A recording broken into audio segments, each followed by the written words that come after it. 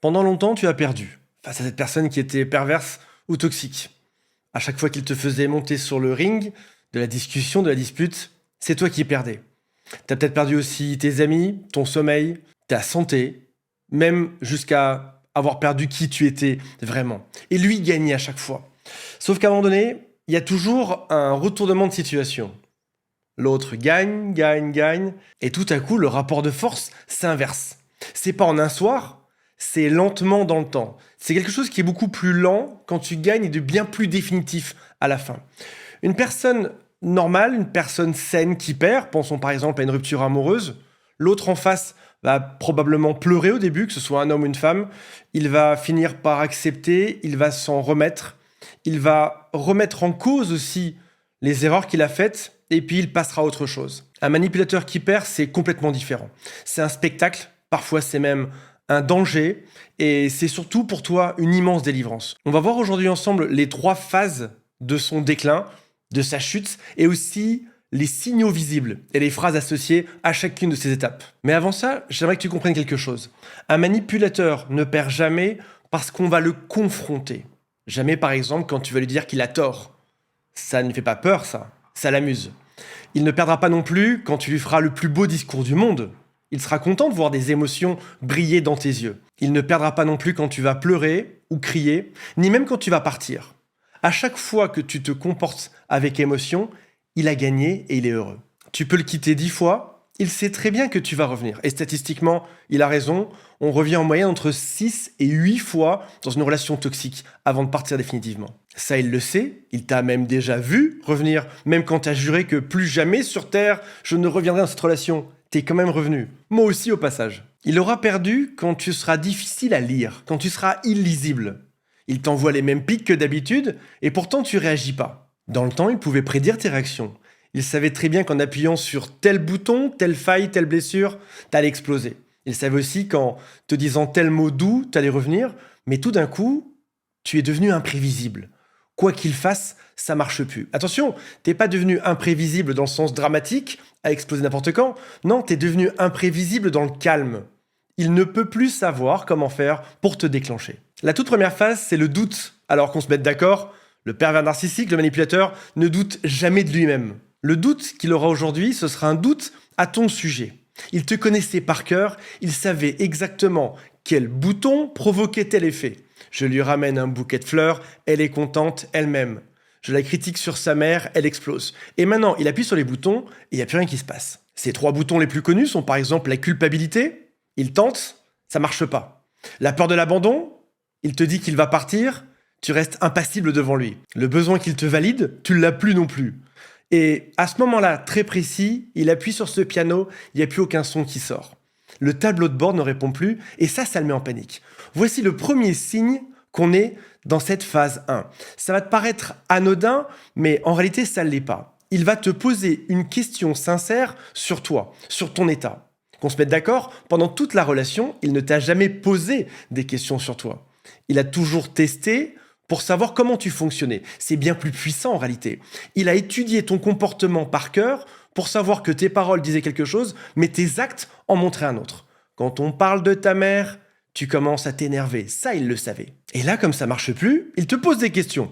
Très étonnant. Qu'est-ce qui ne va pas ? Je te sens différent aujourd'hui. J'ai l'impression que tu es ailleurs. Tu peux marquer cette date sur ton calendrier. Il vient de t'avouer qu'il n'arrive plus à te lire. Et pour un manipulateur, ne pas pouvoir te lire, c'est ne pas pouvoir te contrôler ni te diriger. Le signe numéro 2 qu'on est dans cette première phase, c'est qu'il va intensifier le love bombing. Toi, t'es toujours présente, tu l'as pas quitté physiquement, mais émotionnellement, t'es absent. Et ça, il le sent. Il se rappelle que la phase de love bombing du tout départ avait bien fonctionné sur toi. Il se rappelle aussi que pour te faire revenir, il suffit qu'il te fasse espérer un peu plus.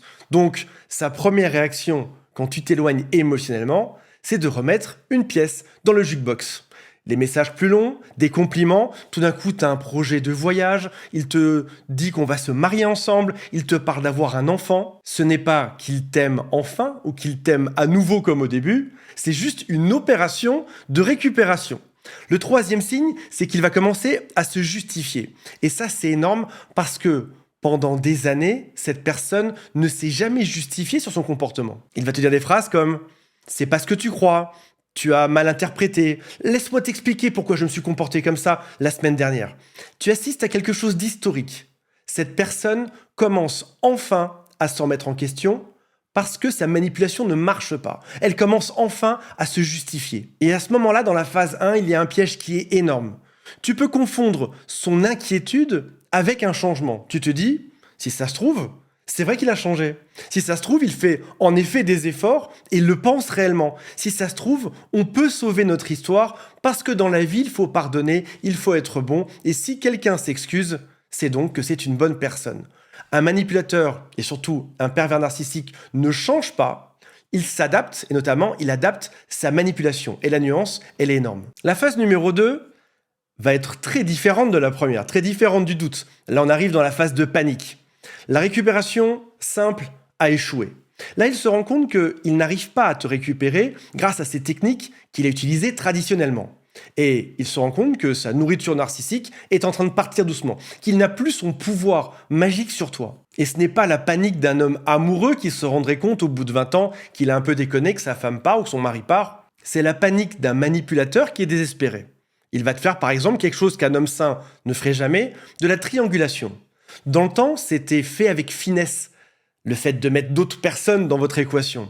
Par exemple, il te disait « Tiens, mon ex réapparaît, elle m'envoie des messages, je l'apprécie tellement. » C'était subtil, c'était fin, c'était fait comme une recette de cuisine avec quelques pincées de sel et de poivre par-ci par-là. C'était doux. Il te disait aussi « J'ai ma collègue que j'adore tellement, qui me comprend tellement bien. J'ai une amie d'enfance qui revient dans ma vie et son comportement avec elle est complètement ambigu. » C'était subtil, maintenant c'est très différent. C'est lourd. C'est maladroit. Il va poster une story sur les réseaux sociaux avec une autre femme. Il va oublier son téléphone déverrouillé devant toi avec la conversation avec quelqu'un d'autre. Il va te parler d'une autre personne avec insistance. La triangulation dans le temps, tu la subissais sans rien dire. Tu te remettais presque en cause. Est-ce que je ne devrais pas accepter sa meilleure amie? Est-ce que finalement on ne peut pas être copain avec ses ex? Tu as peut-être même tapé la question dans ChatGPT ou dans Google ou dans YouTube pour avoir la réponse, pour te persuader que c'était peut-être normal. Aujourd'hui, tu sais que c'est anormal. Et cette triangulation maladroite, lourde, te fait même sourire. Tu hausses les épaules et tu pars dans l'autre pièce. Dans cette deuxième phase de panique, il y a un autre signe. Il va commencer à parler de toi autour de lui, à vos amis, à tes parents, peut-être même à vos enfants, à tout ce que vous avez en commun. Et tu as peut-être reçu la consigne d'être un couple parfait en apparence. On ne dit jamais rien, on règle ça en interne, ce qui est très pervers narcissique. C'est-à-dire, en gros, on va cacher le fait que je te détruis dans la maison. Là, c'est différent. Il n'est pas en train de parler de toi en s'inquiétant, il est en train de préparer le terrain. Il va dire, par exemple, à tes amis proches que tu es instable en ce moment, que tu traverses quelque chose de difficile, qu'il t'a même vu boire plus d'alcool que d'habitude, que tu prends des médicaments, qu'il s'inquiète pour toi, que tu as beaucoup changé. Il est en train de préparer un récit pour le futur. C'est pour prévenir du fait qu'éventuellement tu puisses dénoncer ce qu'il fait au quotidien. Il va dire aux amis que c'est lui le sage, que c'est toi la folle. Il va dire que tu as des problèmes. De manière à ce que si jamais tu arrives près de ses amis, tes amis t'invalident directement. Il a déjà préparé le terrain. Et dans cette phase-là, tu vas peut-être recevoir des SMS de tes amis qui te demandent « Ça va bien, toi, en ce moment? Il n'y a pas de problème ?» Bah oui, il a tellement été répandre sa nouvelle histoire inventée à tout le monde que les gens s'inquiètent vraiment pour toi. Le troisième signe de cette phase de panique, tu ne l'as pas forcément eu. Certaines d'entre vous l'ont eu, mais pas tout le monde. Il revient avec des cadeaux disproportionnés. Qu'on se mette d'accord, il t'a nourri avec des miettes pendant des années. Tu aurais espéré qu'il passe juste un peu de temps pour boire un café avec toi, tu ne l'as pas eu. Tu as espéré peut-être un mariage, des fleurs, ne serait-ce qu'un cadeau pour ton anniversaire, t'as jamais rien eu. Juste quelques miettes par-ci par-là, assez pour te laisser en manque et affamé. Tout d'un coup, il arrive, si c'est ton cas, encore une fois, je pense que c'est une personne sur 5 seulement, avec plein de cadeaux. C'est Noël tous les jours. Tu as des week-ends qui sont offerts, tu as des voitures, tu as tes grandes déclarations et tu as aussi des voyages surprises. Quand il en est à ça, c'est qu'il a épuisé toutes ses autres cartes précédemment et que rien n'a marché. Un peu comme lorsqu'une fille veut partir d'un bar et qu'on propose de sortir les cartes bleues pour lui payer d'autres verres pour la maintenir dans ce bar avec nous. Le quatrième signal de cette phase de panique, ça pour le coup tu l'as forcément eu. Il commence à craqueler son masque. le masque d'homme parfait, le masque de femme parfaite, irréprochable. Tu vois autre chose dans ses yeux. Tu vois de la rage, tu vois de la colère. Pas de la colère classique d'une personne triste, non, quelque chose qui montre son vrai visage. Tu vois ses yeux qui changent. C'est des phrases méchantes. D'habitude, il y aurait un filtre pour que chaque phrase qu'ils disent ne puisse pas vraiment être interprétée contre toi. Chaque phrase prise séparément, tu pourrais même les répéter à quelqu'un d'autre, personne n'y verrait du mal. Il a mis un gros filtre dessus pour se montrer correct dans sa destruction pendant des années. Là, tu assistes à autre chose. C'est des phrases qui sont réellement diaboliques et cruelles. C'est des moments où, pendant quelques secondes, tu vois autre chose dans ses yeux. La troisième phase, la pire, bien évidemment, c'est la punition qui a toute sa logique dans la suite. Sa proie, toi, son esclave, toi, ne veut plus rester, ne réagit plus à ses menaces. Il doit te punir encore plus fort. Rappelle-toi que c'est aussi entre deux extrêmes, des cadeaux, du chaud très chaud, des punitions froides très froides. Il essaye désespérément de réactiver ton système de récompense. Une baffe, un bisou, du chaud, du froid, un cadeau, une punition. Parce qu'au final, c'est ça qui t'a gardé sous l'emprise pendant toutes ces années. Il va alterner le gentil, très gentil, et le très cruel. Le lundi, il va te dire « T'es la femme de ma vie ». Le mardi, par contre, tu seras la pire chose sur Terre. Le mercredi, il te promet la lune. Le jeudi, il disparaît. Il essaye de recréer ce cycle d'addiction qui te tenait. Sauf que sur toi maintenant, ça marche plus. Tu regardes ça avec quasiment de la tristesse pour lui. Tu vois son jeu à des kilomètres. La deuxième chose que tu vas observer dans cette phase, ce sera de te faire douter de ta propre santé mentale. Alors, qu'on se mette d'accord, le gaslighting, tu l'as toujours eu. Le gaslighting, c'est te faire douter de ce qui s'est vraiment passé. Il va te dire non, je n'ai jamais dit ça hier.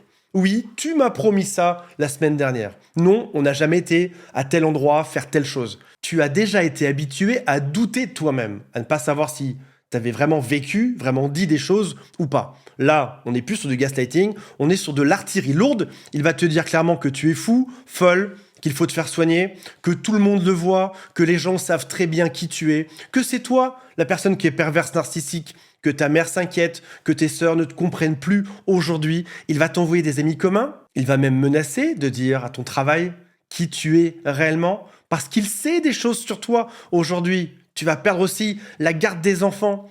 Comprends bien que c'est dur à vivre, c'est du terrorisme psychologique, et aussi c'est un aveu. Parce qu'un homme qui serait, ou une femme qui serait sûre d'elle, n'aurait pas besoin de faire ça. Tu as affaire à une personne qui n'est pas sûre d'elle, qui a besoin d'aller aussi loin pour punir. C'est la dernière carte d'une personne qui est en train de tout perdre. Le signe suivant, c'est qu'il va te sortir une nouvelle victime. Si c'est un homme, il y aura une nouvelle femme, 20 ans de moins que lui, belle, jolie, c'est marrant parce que elle te ressemble un peu dans le caractère, elle a ton profil, elle a les mêmes failles, les mêmes besoins, peut-être même que physiquement, elle te ressemble un peu, elle a la même lumière. Il aime bien ce genre de profil, il a trouvé la prochaine victime. Elle a le même sourire que celui que tu avais toi au début, l'impression d'avoir tiré le gros lot. Dans quelques temps, elle en sera exactement au même point que toi. Dans le désordre, le signe suivant qui pourrait aussi être avant, c'est lorsqu'il s'effondre. Alors, une personne normale dans une rupture peut s'effondrer, il va te dire que c'est la fin de sa vie, qu'il a fait des tentatives, qu'il ne sait plus où il en est, il est perdu. Et toi, quelque part, tu vas vouloir y croire. Tu l'auras jamais vu sangloter, pleurer, supplier. En réalité, c'est juste sa meilleure performance d'acteur. C'est juste un acte pour te faire revenir. Et si ça se trouve, tu reviens dedans et t'es reparti pour 5 ans. Ou encore, tu vas lui envoyer des messages gentils et il montrera ça à sa nouvelle victime. Regarde, mon ex est encore folle de moi. Il a juste joué une scène comme un acteur pour que tu y crois et pour te faire revenir ou pour utiliser ta réaction contre toi. Garde bien en tête que on ne juge pas une personne sur un comportement à 3 heures du matin. On va le juger sur tous ses actes, je parle d'homme ou de femme, on va le juger sur tous ses actes pendant toute la relation. Un homme bien, une femme bien se jugera sur toute une relation et pas que sur le fait de pleurer au bout de 5 ans en pleine nuit. Quand on veut prouver qu'on est bien, on fait ça au quotidien. Pas de manière démonstrative, pas devant une foule d'amis, de collègues, d'enfants, de famille. Non, non, on prouve qu'on est bien dans l'intimité quand il n'y a personne qui regarde. Et c'est exactement ce qu'il n'a pas fait. Voilà mes amis, j'espère que ça vous a intéressé. Je vous rappelle qu'il y a un quiz en dessous qui s'appelle « Est-ce que cette personne est perverse, narcissique ou pas ?» On se retrouve prochainement. Salut à tous, bye, je vous aime.